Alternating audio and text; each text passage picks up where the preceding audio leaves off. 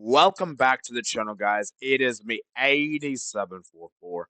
And today, guys, I want to do this quick video about Milan. I wasn't expecting to do this video, guys. This was kind of like an emergency video, but I wanted to rant here because you guys know I have a soft spot for Milan.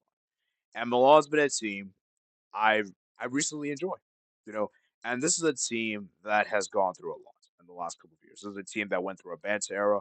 They didn't qualify for the Champions League. Obviously, they qualified for the first Champions League was I think the 2021, 2002, 20 season when Atalanta basically let them win at their ground to make the first Champions League since 13 and 14 season, I believe. Or sorry, I think it was 11, 12 season, 13, 14. Whatever the case may be, it's been a long time since Milan were in the Champions League. And since then, it's not been good in the Champions League. And the Champions League since then the first season back, they finished bottom of the group in a very difficult group, consisting of Atletico Madrid, obviously Porto, and then obviously Liverpool. It was a pretty difficult group, but it was manageable. It was realistic, and they did win this throughout the season. So overall, the Champions League wasn't too bad. And then the following season, they went into the Champions League semifinals. The league performance wasn't too great. They managed to get top four still. And then the following season after that, 3 seasons in a row, they had the bad Champions League exit. They went out of the group stage, finished third in the group. They went to the Europa League, got knocked out by Roma, and they were in a group of death, consisting of PSG, Dortmund, and obviously Newcastle. It was a very difficult group, and some would argue that was one of the most difficult groups in Champions League history of all time. Probably you could even argue. Now, fast forward to the new season. Fast forward to 4 seasons in a row now, and now we have the new league phase. And obviously, in the league phase, things didn't go off so well. They had a rocky start. They lost to Liverpool 3-1 at home. I think it was okay. It's looking really bad for Milan. And you're thinking to yourself, will Milan even make it to the playoffs? Like it was getting to that stage. Then they got a critical win at Real Madrid. That win against Real Madrid was massive. That was a huge win for them. And let me just quickly roll through their fixtures. I'm just pulling this up my phone real quick. Obviously, so then they lost against Leverkusen, back-to-back defeats in the Champions League. But okay, it's looking really bad for them. Then they beat Club Brugge, which is expected, but you could probably argue they got lucky with that because Club Brugge went down to 10 men. Then they beat Real Madrid, which is a huge one, away at the Bernabeu. Because okay, good one. Then they beat Cervena Zvezda. Then they managed to beat Girona. They had a good run of form, and heading into the final match day, they could have got top eight. But guess what? They lost to Dinamo Zagreb in embarrassing fashion. The first goal was a terrible mistake from their center back, and then obviously Yunus Musa gets the red card there. And you think to yourself, Milan, really? That was a great opportunity to finish top eight because had they had won that game, guys, they would have been 3 points, and 3 points would have been enough to make the playoffs. They would have been on 17 points, and they would have overtaken both Lille and Aston Villa and even Leverkusen.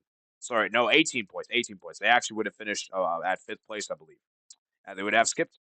But okay, it's fine. We barely missed out, so we'll have the playoffs and we'll play against Feyenoord, a team that they should beat. A Feyenoord team that has been decimated with injuries. A Feyenoord team that sacked a manager. They haven't been good in the Eredivisie. Third at the time of recording this video. The team that just sacked a manager. But keep in mind, guys, Feyenoord is a very hot and cold team, kind of like Milan. Feyenoord beat what is it called? They beat Bayern Munich. They got a draw against Manchester City, but this team has also lost to Salzburg at home. They lost to Salzburg at home, which is crazy. Then they lost to what is it called? I think they lost to Lille in embarrassing fashion 6-1. So like the thing with Feyenoord is that they're a very weird team, guys. They're a very weird team, and the fact that Feyenoord have eliminated Milan in the Champions League is an incredible achievement for Feyenoord. This is the first time they made the round of 16 since 1973, I believe I read, which is an incredible achievement for them, and it's incredible to see. And obviously, this is a Feyenoord team that have been struggling this season. Obviously, they lost Arne Slaughter over the summer, who went to Liverpool, and Milan this season have not been great. They haven't been great, and I just think for Feyenoord, the fact they're able to navigate and beat Milan over the course of two legs is commendable. And they were very solid defensively, and I think that's a really good telling thing with Feyenoord is that on their day defensively they can be very difficult to break down, very difficult to break down. And keep in mind, guys, they had so many players injured, and for Milan, you have to hold your head in shame. What is it called? Um, Theo Hernandez. What were you doing for that? The second yellow, because that was a second yellow. You got a second yellow. The diving there, unexcusable. You're one of the best left backs in the world. I've been told. You're so good attacking wise. I really rate you attacking wise. But defensively, and sometimes you're sometimes so idiotic and make these stupid decisions that cost him Milan. And then obviously Feyenoord went on to equalize. And you know what this weird thing is, guys? Milan have got Feyenoord's best player, and Feyenoord still eliminated them. Santiago Jimenez, and that's crazy. So really embarrassing for Milan because now this season it's all hinged upon Serie A because pretty much the saving grace was the Champions League. The Champions League they've been good because had they had made it through, guys, to the round of 16, they could have potentially played against Inter or Arsenal. And I'll be honest with you guys. I think they would have fancied the chance against Inter because remember, guys, in Milan have got the better of Inter this season. They haven't lost to Inter at all this season.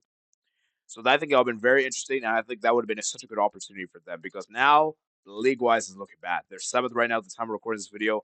They're not. It's going to be really difficult to see them make the Champions League because Juventus have really picked up good form recently, and I would probably pit Juventus now with Monty falling out for them. So for Milan, as I said, man, a lot of questions to be asked. Why did Felix play the full game? Which, in my opinion, he wasn't the worst player for Milan today. Obviously, he wasn't, but he should not play the full 90. And then obviously, you get the players like Leao, man. I do. Leao is such a baller, man, but he's so inconsistent, man. That's the thing. And then Milan, and you know what's also really crazy, guys? Milan have only made one round of 16 Champions League appearance in the last 10 years. That is sad.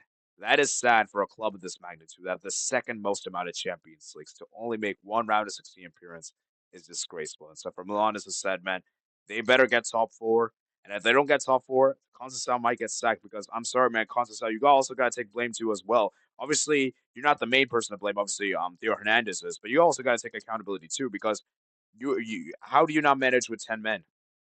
You should have been able to find a way to score the goals and everything. And the fact you didn't even take Felix off out of is just crazy. Like your Portuguese bias, man, it's just ridiculous. And now, yeah, it's just a shame because I feel like for me he is a good coach, but I think he's a bit too defensive for Milan standard. And obviously, people Milan fans thought, oh, he was back when Milan won this the Italian Super Cup. But guys, it's a Super Cup. The Super Cup means nothing in the grand scheme of things. The league and the Champions League is far more important. So for Milan, as I said, man, we'll see what happens with the end of their season. We'll see if they can get Champions League and everything because this season might be an all-time low. And if we don't see Milan in the Champions League, Leao has to leave. Leao has to leave this summer. And if I'm Leao, if Milan don't make Champions League this summer, I'm leaving Milan. I'm leaving Milan because I'm sorry, this team is this board has fallen off. The board is a disgrace. They sold Tonali. They got rid of Kalulu, sent Kalulu on loan. With Juventus will probably buy him. They made so many stupid decisions and yeah, Milan is just a disgrace.